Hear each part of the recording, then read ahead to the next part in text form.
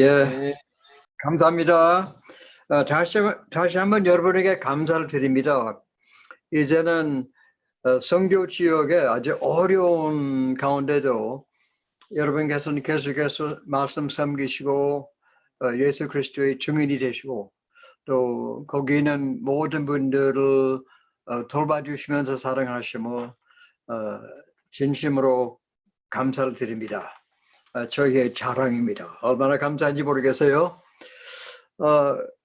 오늘은 이 50장, 이사야 50장 말씀은 하느님의 말씀의 종에 관한 그런 말씀입니다. 근데 선교 사업을 쭉 해오면서 제가 세 가지 정말 없으면 안 될 좀 도움이 되는 것들이 있어요. 먼저 하나님의 말씀 안에 거하는 것이 비결이고, 두 번째 비결은 성령 안에 성령으로 행하는, 성령과 함께 사역하면서 행하는 것이고, 그리고 세 번째는 공동체, 코노니아, 초자연적인 공동체 안에 서로 나누면서 함께 동력자들이 될 수 있다는 것도 아주 큰 비결이라고 저는 봅니다. 그러면서도 저로서는 선교하는 데 있어서는 가장 기본적인 것은 하나님의 말씀 안에 거하는 것이 저로서는 가장 결정적인 그런 겁니다. 하나님께서 저의 마음에 그의 말씀으로 가득 차게 채우신다면 우리 생각하는 것도 달라요. 우리 상상력도 정결케 되고 정말 놀라운 것을 상상할 수 있게 해주시고, 그리고 하나님의 영광을 위하여 하나님의 성령께서 저희를 사용하실 수 있는 건 뭐 여러분이 다 아시죠. 말씀 안에 살면은 우리 모든 관계가 달라지고, 그리고 하나님의 온전하시고 기쁨이시고 그 하나님의 퍼펙트한 주님의 뜻을, 우리를 향하는 뜻을 깨닫게 되어 그 말씀의 힘으로 우리가 행할 수 있게 되는 것이에요. 그러면 성령은요, 물론 성령도 매우 중요하죠. 이 하나님의 말씀을 가르치시는 분은 바로 이 말씀의 저자이신 성령이시죠. 그리고 성령께서는 역사하실 때는 말씀과 함께, 항상 말씀과 함께 역사하시는 것이에요. 그리고 성령의 힘을 얻지 못하면은 우리는 말씀을 깨닫지 못하는 것이에요. 제 말이 잘 들려요? 예, 저도 잘 들립니다. 그러면 공동체는 그것도 중요해요. 제가 하는 말씀은 저로서는 말씀이 가장 근본적인 중요한 열쇠가 되지만 성령께서 역사하시고 공동체도 우리는 다 제가 말하는 거룩한 불의 공동체에 속한 사람들이에요. 말하시면 성령이 불이고, 그리고 뜨거운 말씀의 불이에요. 그와 함께 같이 사니까 주님께서 기뻐하시는 줄 믿습니다. 어저께 우리가 이사야 49장 말씀 보니까 이사야 49장 2절은 내 입을 날카로운 칼같이 만드시고 나를 그의 손 그늘에 숨기시며 나를 갈고 닦은 화살로 만드사 그의 화살통에 나를 감춰주신다고 합니다. 그러면 하나님의 말씀은 날카로운 칼 같은 그런 하나의 무기예요. 근데 그 날카로운 칼은 먼저 우리 자신에게 사용을 하면 좋겠어요. 성령께서 말씀하시고 우리의 마음을 좀 찔러서 속사람까지 변화를 시키는 그런 말씀입니다. 그리고 2절은 갈고 닦은 화살 같은 거는 그 무기는 사탄에게 그리고 모든 세상 악한 것들에게 우리가 이 화살을 이렇게 던지는 것이에요. 그러면은 하나님의 말씀이 멀리도 가고 온 세상이 말씀으로 가득 차게 되기를 원하는 것이에요. 제자가 되는 겁니다. 우리 하나님의 종이라면은 제자가 되는 것이에요. 우리는 제자가 되는 출발은 하나님과의 대화적인 관계를 가짐으로써 제자가 되기 시작하는 것이에요. 우리는 물론 하나님의 종들이에요. 그렇지만 요한복음 15장 15절에 예수님께서 말씀하셨잖아요. 이제부터는 내가 너희를 종이라고만 부르지 않고 너희는 나의 친구라 불렀나니. 왜? 아버지께서 나에게 말씀하신 모든 것을 너희에게 알려주었기 때문에 그렇습니다. 그러면은 물론 예수님의 종들이에요. 우리는 섬기는 종들이에요. 그러면서도 예수님의 친구가 된다고 합니다. 친구가 되다는 것은 왜? 아버지께서 하신 말씀을 우리에게 나누어 주셨기 때문에 그런 대화를 나누시는 분입니다. 말하자면 우리가 다 듣기를 원하지 않습니까? 근데 우리가 하나님을 모르고 예수님을 모르고 하나님의 계명도 모르고 저 약속도 모르면은 우리가 대화를 나눌 수 없는 겁니다. 말씀 속에 있어서 정말 예수님의 친구가 된다는 것도 아주 아름다운 약속입니다. 하나님께서 원하시는 것은 골로새서 3장 16절이에요. 한번 같이 찾으시고 읽어주시면 감사하겠습니다. 골로새서 3장 16절이에요.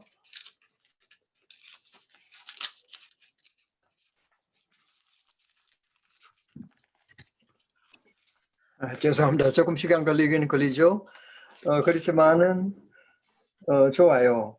말씀을 직접 보고 읽으면은 안 잊어버리죠. 그냥 말만 하면은 안. 골로새서 3장 16절과 17절은 우리 함께 읽겠습니다. 그리스도의 말씀이 너희 속에 풍성히 거하여 모든 지혜로 피차 가르치며 권면하고 시와 찬미와 신령한 노래를 부르며 감사함의 감사함으로 하나님을 찬양하고 또 무엇을 하든지 말에나 일에나 다 주 예수의 이름으로 하고 그를 힘입어 하나님 아버지께 감사하라. 그럼 하나님께서 원하시는 겁니다. 예수 그리스도의 말씀이 우리 속에 풍성하게 됩니다. 그 말씀이 우리 안에 풍성히 거하게 되면 뭐가 생깁니까? 지혜가 먼저 생겨요. 지혜. 그 다음에 기쁨, 남을 가르칠 수 있는 능력, 그리고 감사하는 마음으로 하나님 순종하면서 찬양하면서 우리가 신앙생활을 할 수 있습니다. 그러니까 제자가 되면 또 주님의 종으로서 생활하려고 하면은 하나님의 말씀에 충만한 그런 우리 자신들이 먼저 되어야 됩니다. 그렇게 되기를 원합니다. 여러분도 원하시는 줄 믿습니다. 우리 다 J.I. Packer, 그 유명한 신학자, 20세기의 가장 유명한 신학자 중에 한 분이셨죠. 그런데 한 분 그런 말씀하신 적이 있었어요. 하나님께서는 모든 성경책 맨 앞에다가 RSVP 기억하세요? RSVP 어떤 초청장을 받으면은 뭐 RSVP 뜻은 Répondez-vous 플랜스 말로 답장해 주세요. 그 뜻이에요. 그러면 성경을 펼쳐놓고 읽으실 때마다 보세요. RSVP 답장해 주세요. 그러면 하나님께서는 우리에게 축복을 주신다면은 우리가 응답하는 것이에요. 찬양하고 감사하고 이렇게 응하는 것이에요. 하나님께서는 만약 어떤 명령을 내리신다면은 RSVP는 respond 하는 것은 순종하는 것입니다. 어떤 약속을 주신다면 믿음으로 받아들이는 것이고 그냥 읽기만 하는 것이 아니고 하나의 대화예요. 하나님께서 말씀하시고 우리가 respond하고 RSVP 하는 것이에요. 그러면 모든 성경에 나오는 인물 중에 제가 보기에는 제 개인 생각이지만 가장 성서적이고 그리고 완전하게 답장을 드린 사람, 리스폰드한 사람은 13살밖에 안 되는 14살이나 되는 어떤 조그마한 아이였었어요. 아시죠? 예수님의 어머니 마리아. 성령께서 누가복음 1장 보면은 성령께서 마리아에게 나타나셔서 은혜를 받은 자여 그렇게 하니까 깜짝 놀랐습니다. 마리아가 조그마한 꼬마예요.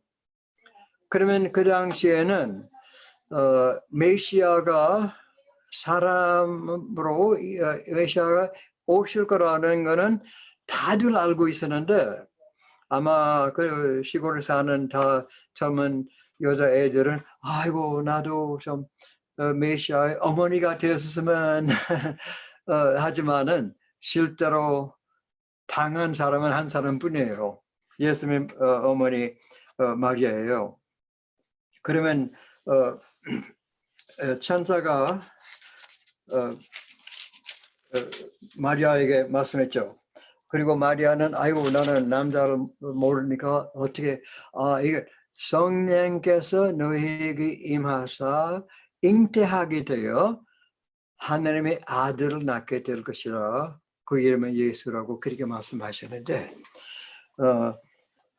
그 다음에 37절 누가복음 1장 37절에 천사가 가브리엘이 이렇게 말했습니다.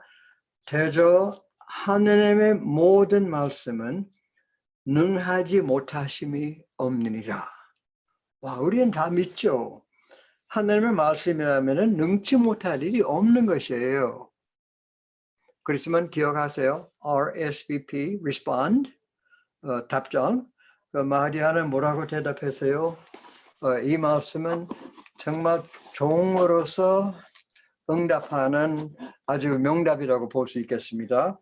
누가복음 1장 38절에 마리아가 이르되 주의 여종이오니 말씀대로 내게 이루어지이다 하며 천사가 떠나가니라. 와, 이보다 더 좋은 대저 하나님의 모든 말씀은 능치 못하심이 없느니라. 예. 저는 주의 계종입니다. 주의 종이에요. 말씀대로 내게 이루어지이다. 우리 다 그렇게 대답한다면 아마 한계성이 없어요. 주님께서는 놀랍게 역사하실 수 있는 줄 압니다. 근데 이 문장을 쭉 보면은 주의 계집 종이니 말씀대로 내게 이루어지이다. 이 동사를 보면은 능동적인 액티브한 그런 동사 아니고 수동적인 동사예요. 마리아는 저는 따라가겠습니다. 순종하겠습니다. 그 말하지 않고 오히려 말씀대로 내게 이루어지이다. 완전히 말씀에다가 맡겨진 생활이에요.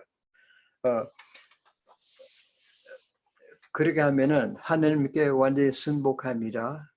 perfect, 완벽하게 순복한다면 완전한 순종이 나올 수 있겠습니다. 기쁨이 충만합니다. 역사가 따라오는 것이에요.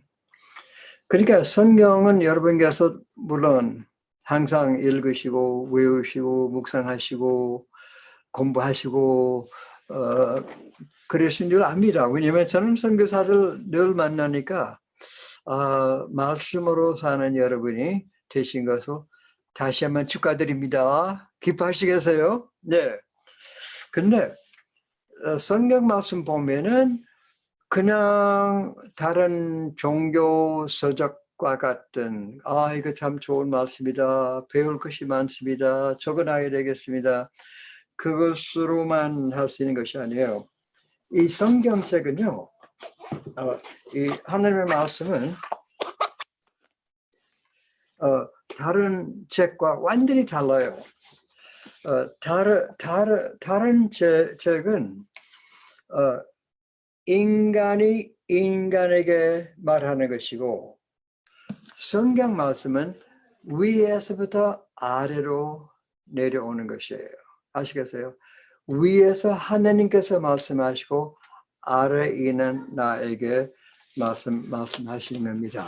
그런 책이 없어요. 오직 하나님의 말씀. 이것은 인간의 말이 아니고 여러 사람의 저자가 있었지만 결국은 성령께서 쓰신 것이고 하나님의 말씀이고 그러면은 성경책은 우리에게 뭐 지식을 물론 많이 주시지만 지식을 위해서 쓰여진 책이 아니고 하나님이 누구신지 알려주시기 위해서 쓰여진 말씀입니다.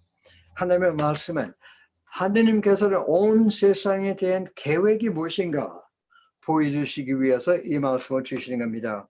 하나님의 모든 약속, 하나님의 모든 계명, 명령 다 이 말씀 속에 있습니다. 그러면 이 말씀이 저희들에게 말씀하십니다. 그러니까 사람과 사람 사이에 쓰고 갖다 주는 책은 좋습니다, 안 좋습니다. 그렇게 평가할 수 있지만은 하나님의 말씀은 평가할 수 없습니다. 하나님의 말씀은 무조건 나의 하나님이 나를 사랑하시기 때문에 나에게 일러주시는 말씀입니다. 그렇게 우리가 받아들입니다. 그렇다면 하나님께서 말씀하신다면은 한마디 한마디 말씀은 하나님으로 가득 찬 말씀이에요. 그래서 우리가 응답해 드려야 됩니다. 예수님께서는 한번 제자들과 함께 또 많은 무리들 앞에 이렇게 말씀하셨습니다. 나의 말은 영과 생명이 있습니다. 그러니까 예수님의 말씀은 성령이 그 말씀 안에 있고 생명이 그 말씀 안에 있습니다. 그러면 하나님의 말씀을 우리가 들을 때마다 하나님께서 말씀하실 때마다 새 생명을 주는 것이에요. 새 생명이 생기는 것이고 왜냐하면 말씀은 살아있는 생명력이 있는 말씀이기 때문에 그렇습니다. 태초의 말씀이신 예수님께서는 아버지 하나님과 함께 세상을 창조하셨습니다. 그리고 예수님께서는 말씀으로 이 세상에 오셔서 계속해서 말씀으로 새 창조를 합니다. 매번 예수님이 저에게 말씀하시고 우리에게 말씀하실 때는 뭔가 새로운 출발이 있어요. 새로운 일이 일어납니다. 새로운 역사가 나타납니다. 누구든지 말씀 듣기만 하면은 달라집니다. 하나님께서는 그 말씀 안에 성령께서 계시고 말씀이 충분합니다. 풍성한 말씀이 한마디 한마디 있습니다. 아이고 죄송합니다. 여러분이 이미 아시는 말을 자꾸 하니까 용서해 주세요. 그렇지만은 잊어버릴까봐 말씀드립니다. 그러면 어떻게 하면은 선교사업을 하면서 말씀으로 계속해서 살아갈 수 있고 할 수 있겠습니다. 우리는 이미 알고 있는 거는 말씀 안에 거하면 요한복음 15장 말씀 보면은 나는 포도나무요 너희는 가지니 너희는 내 안에 거하라 나도 너희 안에 거하리라 열매를 많이 맺게 될 것이라. 그러면 어떤 사람은 예수님 안에 거한다. 아바이드 하는 거는 이해를 잘 못해요. 그래서 예수님께서는 요한복음 15장 7절에 너희가 내 안에 거하고 내 말씀이 너희 안에 거한다면 뭐든지 기도하라. 그러면 기도 응답을 주시겠다고 약속하신 거예요. 아시겠어요? 너희가 내 안에 거하고 내 말씀이 너희 안에 거한다면 말씀이 생동력이 있습니다. 성령이 있습니다. 생명이 있습니다. 그럼 하나님의 말씀이 내 안에 있으면은 그것이 바로 예수님 안에 거하는 생활입니다. 말씀 없이는 예수 그리스도 안에 거할 수 없는 것이에요. 그러면은 어떻게 되겠어요? 만일 말씀을 듣고 받아들이고 공부하고 묵상하고 받아들인다면은 우리가 어떻게 살아갑니까? 이사야 50장 말씀을 한번 보세요. 이사야 55장 10절과 11절이요. 이사야 55장 10절과 11절은 다시 한번 함께 읽어주시면 좋겠어요. 여러분이 읽으시는 소리가 들리니까 너무너무 좋아요. 오케이, 읽겠습니다. 시작. 비와 눈이 하늘에서 내려서는 시 돌아가지 아니하고 토지를 적시어서 힘이 나게 하며 열매가 맺고 하는 자에게 종자를 주며 자에게는 양식을 준 것 같이 내 입에서 나가는 말도 헛되이 내게로 돌아오지 아니하고 나의 뜻을 이루며 나의 명하여 보낸 일에 형통하리라. 아멘. 아멘. 아멘. 제가 사는 시애틀에는 비가 너무 많이 와요. 그리고 어떤 나라에는 눈이 너무 많이 옵니다. 그래서 우리 그렇지 않다 생각할 때 있지만은 하나님께서는 눈과 비를 보내시는 목적이 있습니다. 그러면 비와 눈이 하늘에서 내려서는 다시 그리로 가지 않고 토지를 적셔서 싹이 나게 하며 열매가 맺게 하여 파종하는 자에게 종자를 주며 먹는 자에게 양식을 준 것 같이. 그러니까 내가 보내는 말은 헛되이 내게로 돌아오지 않겠습니다. 마침 비와 눈도 마찬가지예요. 하나님께서는 이슬을 내리게 해주시고 비를 보내주시고 눈을 보내주시면 목적이 있어요. 하나님께서는 주시는 모든 것은 목적이 있어요. 하나님께서는 땅을 적셔서 열매를 많이 맺게 하기 위해서 눈과 비를 보내주시는 겁니다. 그리고 그 일 하기 전에 다시 올라가지 않습니다. 마찬가지로 주님께서 11절은 내 입에서 나가는 말도 헛되이 내게로 돌아오지 아니하고 나의 뜻을 이루며 나의 명하여 보낸 일에 형통하리라. 그러니까 마침 비와 눈은 아주 풍부한 열매를 맺게 하는 것인 것처럼 예수님께서는 하나님의 말씀이셨죠. 요한복음 보면 태초에 말씀이 하나님과 함께 계시니라 말씀은 곧 하나님이시라. 그 다음에 요한복음 1장 14절 보면은 말씀이 육신을 입어 이 세상에 들어와 우리와 함께 계셨던 예수님이신 줄 우리는 압니다. 그러면 예수님께서는 이 세상에 오셨을 때는 아버지께서 보내주셨기 때문에 예수님 오셨죠. 그러면 비와 눈을 보내신 것처럼 목적을 주시고 예수님을 보내주셨습니다.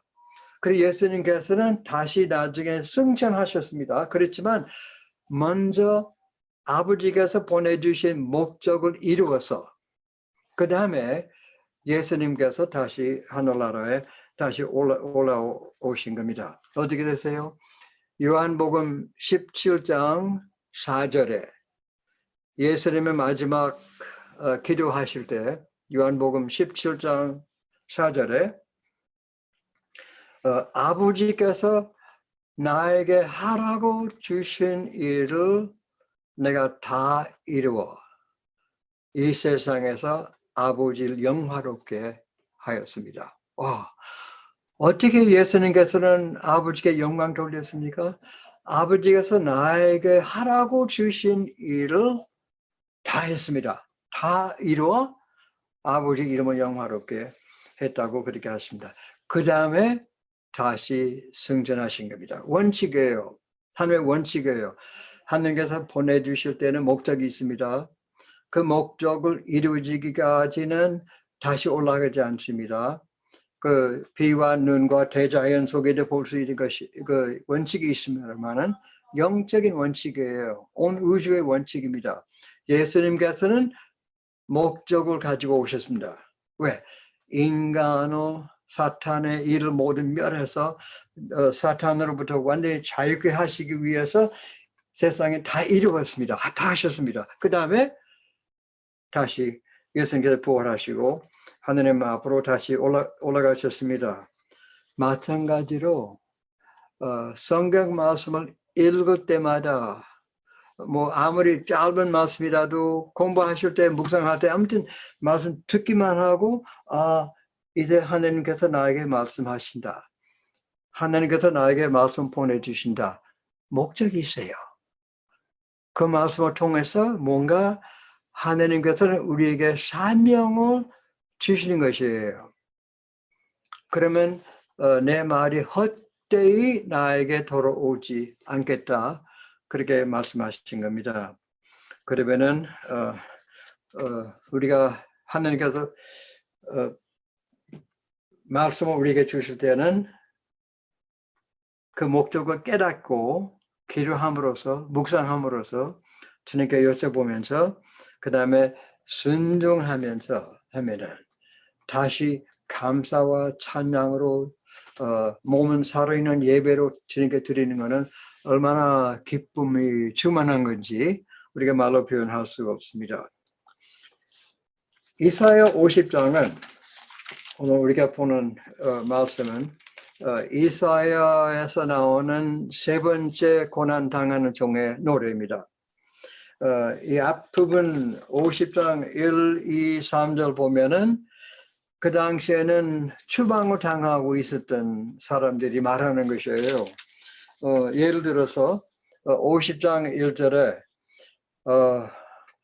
하느님께서 말씀하십니다. 이제는 그 추방을 당한 사람들이 그래 이미 이사야는 이미 하느님께서는 석방시킨다고 너희는 이제부터 노예가 사탄 노예가 아니고 돌아오라 하셨는데 이사야의 말씀은 그렇지만은 그들이 믿지 못했습니다. 하나님 안에 이미 자유를 입었지만은 믿지를 못하니까 이렇게 말합니다. 하나님께서는 내가 너희 어머니를 내보낸 이혼 증서가 어디 있느냐? 내가 어느 체주에게 너희를 팔았느냐? 보라, 너희는 너희의 죄악으로 말미암아 팔렸고 너희 어머니는 너희의 배역함으로 말미암아 보냄을 받았느니라. 근데 2절은 내가 와서도 사람이 없었다는 것이에요. 하나님께서 내가 너희 집으로 갔는데 왜 아무도 없었네? 왜 그러냐? 예수 믿는 사람의 집이 어디예요? 물론 하늘나라이죠. 나의 집은 말씀입니다. 하나님께서 오셔도 아무도 없네요. 내가 불러도 대답하는 자가 없었으면 어찌 됨이냐, 이럴 수 있느냐. 하나님께서는 항상 말씀 속에서 우리를 만나주시기를 원하시는 그런 하나님이십니다. 그런데 내가 와서도 내가 불러도 답이 없고 대답 없고 소리가 없다는 것은 이상하다는 것이에요. 아마 많은 사람들이 무슨 종교적인 사역을 하면서도 말씀 보는 시간 없다고 하더라고요. 여러분 그런 핑계가 해본 적이 없죠. 그렇게 말씀하신 적 없죠. 물론 말씀은 먼저 해야 되지만 너무 선교 지역이 일이 많아서 바빠서 저는 옛날에 그런 마음도 있었어요. 너무 바빠서 보긴 보고 싶지만은 아침마다 보겠습니다. 그 다음에 또 안 보고 그런 그런 핑계로만 살아온 선교 사업을 제가 옛날에 많이 해왔어요. 근데 하나님께서는 그렇게 원하시지 않습니다. 그래서 하나님께서는 50장 4절부터 9절까지는 세 번째 고난 당하는 노래입니다. 4절 말씀 보십시다. 주 여호와께서 학자의 혀를 내게 주사 나로 공고한 자를 말로 어떻게 도와줄 줄 알게 하시고 아침마다 깨우치시되 나의 귀를 깨우치사 학자들 같이 알아듣게 하시도다. 그렇게 말씀합니다. 요즘 제가 유대인 학자들 아주 유명한 번역하는 유대인 학자의 글을 많이 봅니다. 그분이 50년 동안 미국의 유명한 대학교에서 가르치시고 히브리어학과 또 번역하는 그런 것을 가르치신 분이에요. 근데 그분이 이렇게 번역했어요. 여기 50장 4절에 학자라는 말이 나오잖아요. 우리 한국 성경으로 학자들의 혀를 내게 주사 혹은 학자들 같이 알아듣게 한다. 근데 히브리어로는 이 학자라는 이 말은 제자라는 뜻도 있고 학자라는 뜻도 동시에 두 가지 뜻이 다 있어요. 근데 그들이 이렇게 가르칩니다. 주 여호와께서 학자의 혀를 내게 주사. 오케이. 말하자면 남에게 가르칠 수 있는 사람, 알려줄 수 있는 사람. 그렇지만은 밑으로 나의 귀를 깨우치사 제자같이 알아듣게 한다고 합니다. 그 번역이 제가 보기에는 훨씬 더 이해하기 쉬워요.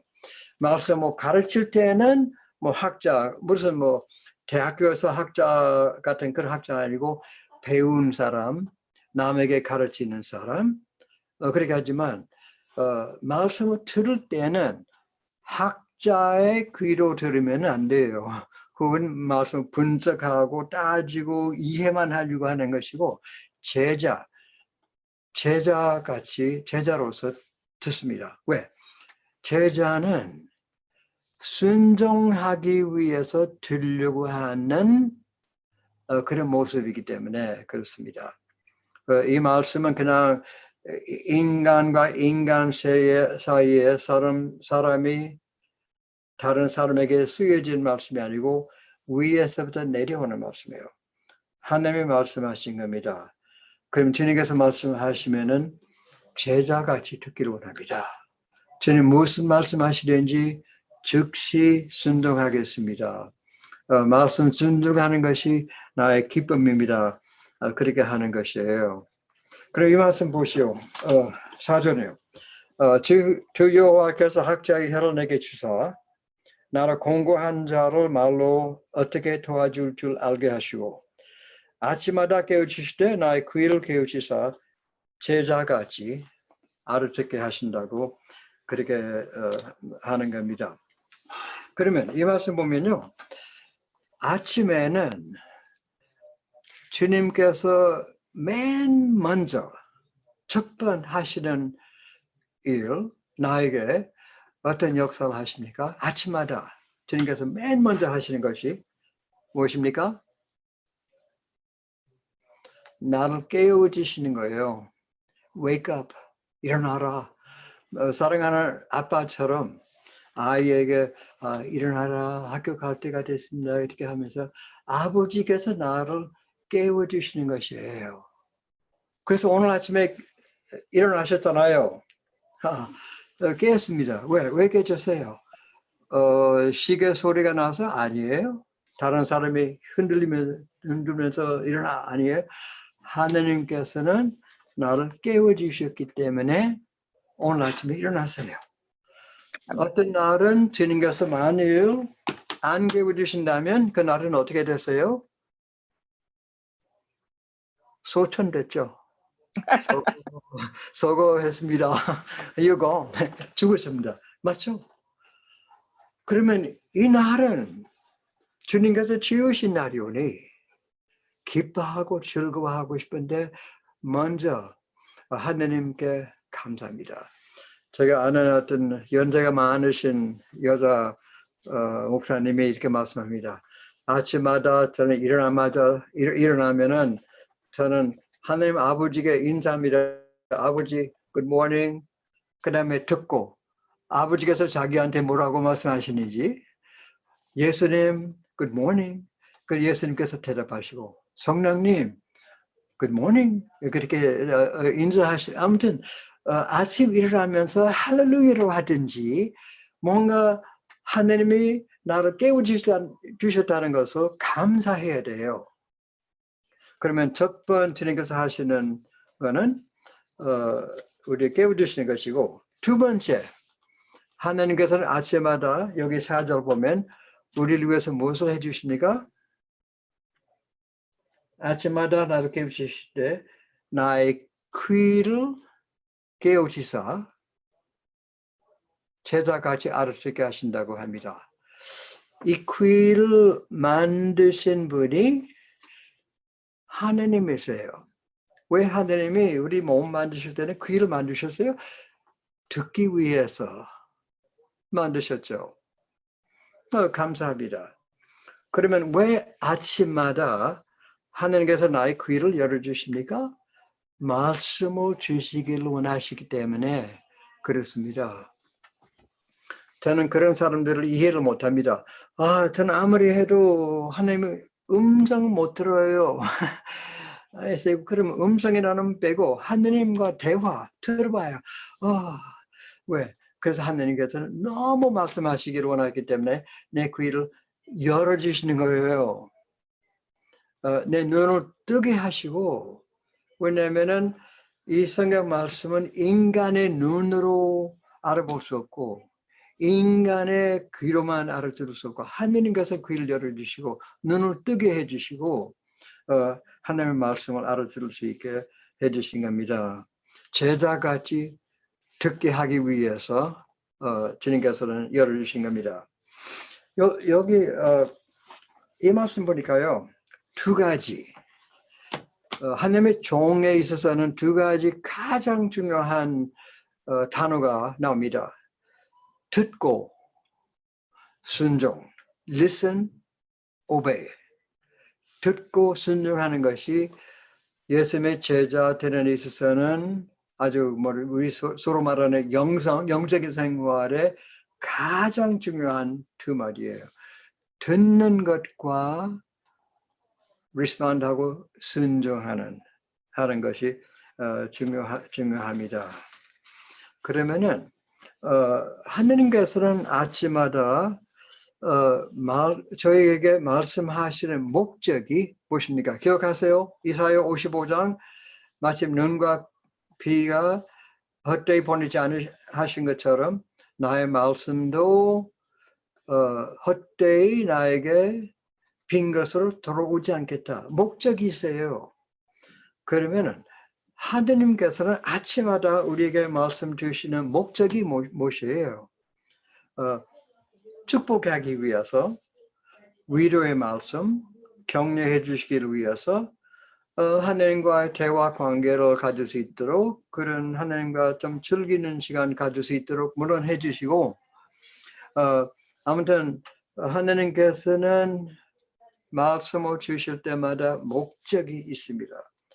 물론 먼저 우리 자신들이 은혜를 받는 것이 매우 중요합니다. 그렇지만 4절 말씀 보면, 그 다음에 나의 귀를 주시고 귀를 열어주시고 말씀하시고, 어떻게 하면은 공고한 자를 말로 어떻게 도와줄 수 있게 알려주신 것이에요. 공고한 자, 피곤한 사람, 영적으로 피곤한 사람들이 각 나라마다 가득 너무 사람이 많잖아요. 영적으로 피곤해서 종교를 찾으려고 어떤 이 세상에서 이길 수 있는 길을 찾고 싶은데 몰라요. 그러니까 피곤해요. 감정적으로 피곤하고, emotionally tired하고, 육신적으로 피곤한 사람. 요즘은 그 anxiety, 큰 불안이 너무 심하기 때문에 어떻게 그러한 공고한 사람들의 어려움을 해소시킬 수 있습니까? 말부터.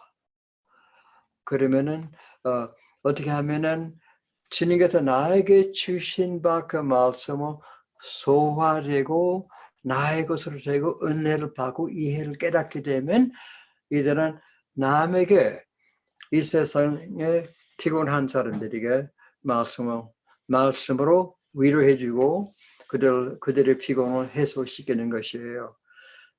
전도는 그것이 아니겠어요? 물론 행동으로 하고 여러 가지 선한 일을 하면서도 말씀의 위로, 가장 큰 말씀 위로, 주 예수 그리스도 안에 평안이 있습니다. 주 예수님께서는 우리 병을 고쳐주십니다. 예수님께서는 우리의 힘을 주십니다. 주님께서 모든 문제를 극복하도록 하실 수 있는 분이에요. 사람들에게 기쁜 소식을 전하는 것이 가장 중요한 것이에요. 그러면 우리가 어떻게 하면 선교사로서, 제자로서 물론 생활을 할 수 있겠습니까? 제가 보기에는 이사야 50장 이 말씀, 특별히 4절과 5절, 그리고 아까 말씀드렸던 이사야 55장 10절과 11절, 이 두 군데는 매우 중요합니다. 그러면 그리스도께서는, 하느님께서 원하시는 것은 그리스도의 말씀이 우리 속에 풍성하게 되기를 원합니다. 그러면 실제적으로 어떻게 그렇게 되도록 할 수 있겠습니까? 저로서는 가장 중요한 거는 말씀 묵상하는 것이에요. 저의 기도는 시편 19편 14절에 나의 반석이시오 나의 구속자이신 여호와여, 내 입의 모든 말과 내 마음의 묵상이 주 앞에 연락되기를 원합니다. 그러면 성경 읽는 것부터 매우 중요합니다. 그러면 우리가 성경을 많이 읽으면은 하나님의 말씀이 많이 들어와요. 그러면 하나의 말씀의 창고가 됩니다. 저는 공부하는 것도 물론 중요합니다. 공부하는 거는 뭐 말씀을 씹는 것 같은 것이에요. Chewing the word. 그리고 암송도 하세요. 외우는 것도, 아마 여러분의 학생들에게는 암송을 많이 시키시겠죠. 외우는 것도 마침 말씀을 삼키우는 것이에요. 말씀 묵상은 소화를 시키는 것이에요. 완전히 나의 말씀으로, 하나님께서는 나에게 말씀하신다는 그런 것이에요. 간단합니다. 사실상 우리는 하루 종일 뭔가를 묵상하는 것이에요. 재미있어요. 제가 이렇게 여러분에게 말씀하고 있잖아요. 들으시면서 딴 생각도 있죠.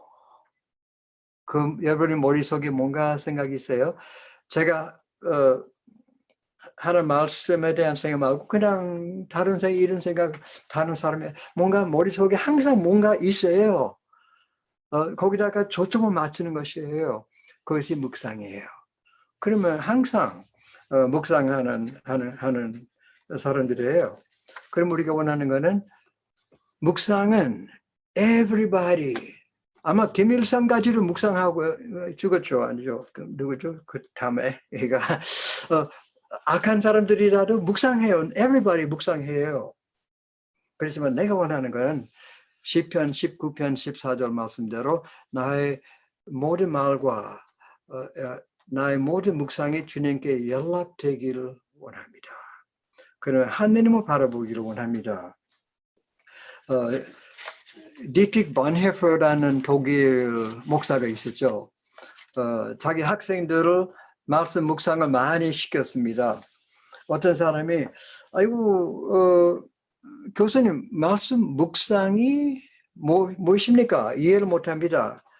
근데 이 번헤퍼 목사는 그냥 마리아가 옛날에 천사에게 말한 것처럼 나는 주의 여종이오니 말씀대로 이루어지이다. 그냥 리스폰드 하는 것이에요. 응답하는 것이에요. 하나님의 말씀 한마디 한마디 여호와는 나의 목자시니 내게 부족함이 없으리로다. 공부하면은 목자가 누구인지 뭐 하는지 공부하고 있지만 묵상할 때는 목자를 만나고 싶어요.